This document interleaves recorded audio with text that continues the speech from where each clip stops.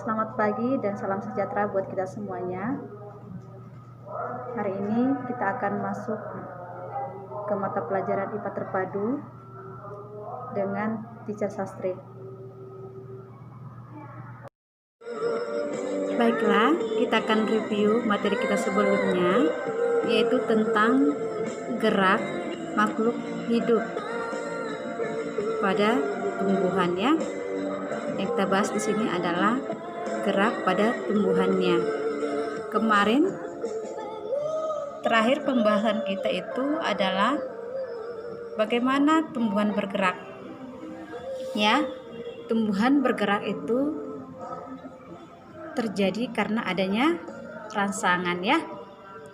Nah, gerak pada tumbuhan ya, kalau ditinjau dari rangsangannya terbagi atas 3, yaitu ada gerak endonom, higroskopis, dan gerak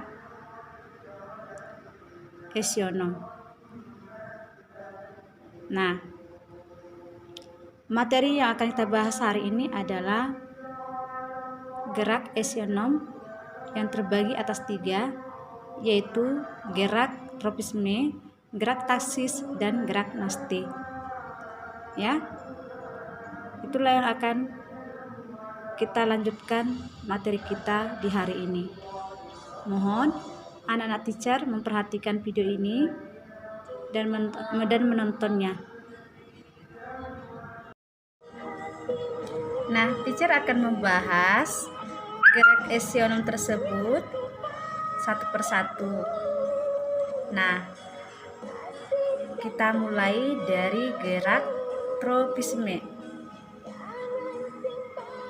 Semua anak-anak pasti pernah mendengar kata tropis. Nah, di sini kita membahas gerak tumbuhan ya, berdasarkan gerak esionom yang dibagi atas 3, yaitu tropisme, nasti, dan taksis. Yang kita bahas dulu adalah gerak tropismenya. Ya. Jadi gerak tropisme adalah gerak yang seperti apa? Ya, gerak tropisme adalah gerakan pada sebagian tubuh tumbuhan yang dipengaruhi oleh arah rangsangan dari luar. Nah, jika tumbuhan mendekati rangsangan, berarti disebut tropisme positif. Tetapi jika tumbuhan menjauhi rangsangan, disebut tropisme negatif. Ingat ya, jika tumbuhan tersebut mendekati rangsangan, itu disebut tropisme positif. Sebaliknya, jika tumbuhan tersebut menjauhi rangsangan, disebut tropisme negatif. Ingat ya, kalau mendekati rangsangan berarti tropisme positif, kalau menjauhi rangsangan disebut tropisme negatif. Jelas anak-anak?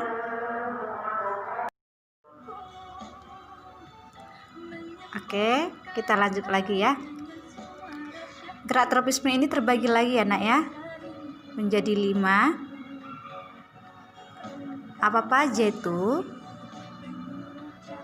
Oke, gerak tropisme itu terbagi atas 5, yaitu ada gerak fototropisme, ada gerak geotropisme, ada gerak hidrotropisme, ada gerak tikmotropisme, dan gerak kemotropisme. Ya. Nah, teacher akan menjelaskan satu persatu gerak tropisme ini. Mohon anak-anak teacher mendengarkan dengan baik ya. Nah, kita masuk ke fototropisme. Fototropisme itu seperti namanya ya, berasal dari kata foto. Berarti foto itu adalah cahaya. Nah, fototropisme adalah gerak karena rangsangan cahaya. Nah, fototropisme itu ada yang positif, ada yang negatif. Fototropisme positif berarti tumbuhan bergerak menuju cahaya, sedangkan fototropisme negatif adalah tumbuhan bergerak menjauhi cahaya. Ya, kita lanjut ke geotropisme. Nah, pernah dengar geotropisme? Ya, geotropisme seperti namanya, geo berarti pusat bumi. Nah, geotropisme itu adalah gerak karena rangsangan yang berupa gaya tarik bumi. Nah, geotropisme ini terbagi atas dua, ada geotropisme yang positif dan ada geotropisme yang negatif. Nah, geotropisme positif adalah pertumbuhan akar yang selalu menuju ke dalam tanah. Nah, sedangkan geotropisme negatif adalah batang tumbuh menjauhi pusat bumi. Oke, sekarang kita lanjut lagi ke dalam hidrotropisme. Hidro ini maksudnya air ya. Jadi kalau dikatakan hidrotropisme adalah gerak rangsangan dari sumber air. Contohnya, pertumbuhan akar tanah yang selalu menuju ke sumber air, ya. Kemudian kita masuk ke tikmotropisme. Nah, apa pula yang dimaksud dengan tikmotropisme? Tikmotropisme adalah gerak dengan rangsangan berupa persinggungan. Contohnya, markisa. Anak-anak semua kenal dengan markisa ya? Nah, markisa ini mempunyai sulur yang membelit. Kemudian apa contohnya lagi? Ya, contohnya lagi adalah mentimun. Nah, batang mentimun membelit ke tanaman lain ya, supaya bisa mempertahankan pertumbuhannya. Nah, kita masuk ke dalam kemotropisme. Apa itu kemotropisme? Kemotropisme adalah gerak pada tumbuhan dengan rangsangan berupa zat kimia.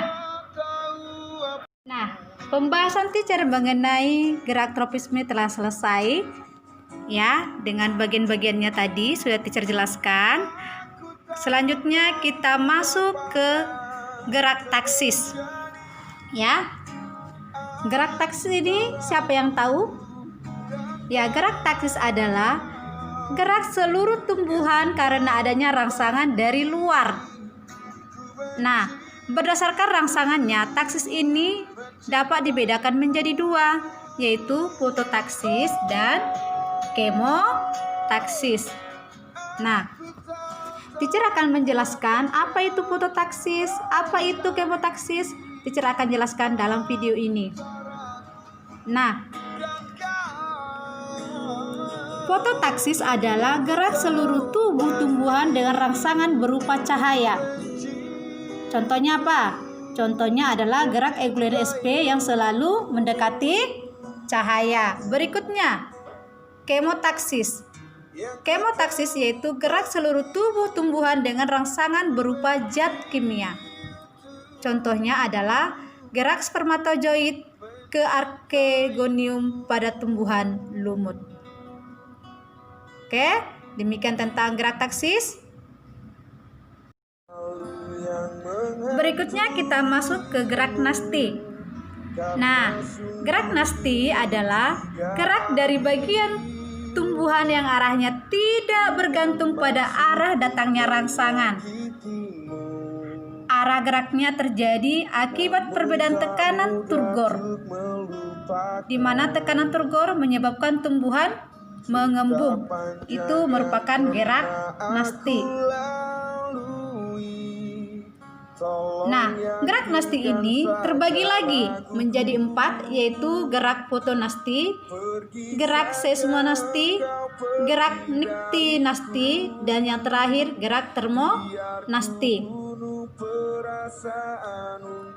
Nah, berikut teacher akan menjelaskan satu persatu gerak daripada pembagian dari gerak nasti. Nah, foto nasti. Ya, foto nasti ini seperti yang teacher jelaskan sebelumnya di tropisme. Foto nasti ini berasal dari kata foto, berarti cahaya. Foto nasti adalah gerak sebagai reaksi terhadap rangsangan berupa cahaya. Nah, apa contohnya? Contohnya adalah bunga pukul 4. Bahasa Latinnya adalah Mirabilis jalapa. Ya. Jadi bunga pukul 4 ini mekar setiap sore. Nah, berikutnya adalah bunga kembang sepatu yang mekarnya pada siang hari. Berikutnya kita masuk ke seismonasti. Seismonasti adalah gerak dengan rangsangan berupa sentuhan. Contohnya adalah apa contohnya? Gerak menutupnya daun putri malu. Berikutnya kita masuk ke niktinasi, ya, atau niktinasti ya, adalah gerak tidur dari tumbuhan karena adanya rangsangan berupa gelap. Nah, contohnya apa? Contoh tumbuhannya. Contoh tumbuhannya adalah daun petai Cina. Daun petai Cina ini menutupnya pada malam hari. Ya. Berikutnya kita masuk ke termonasti. Termonasti adalah gerak karena adanya rangsangan berupa suhu, ya. Karena termo adalah suhu.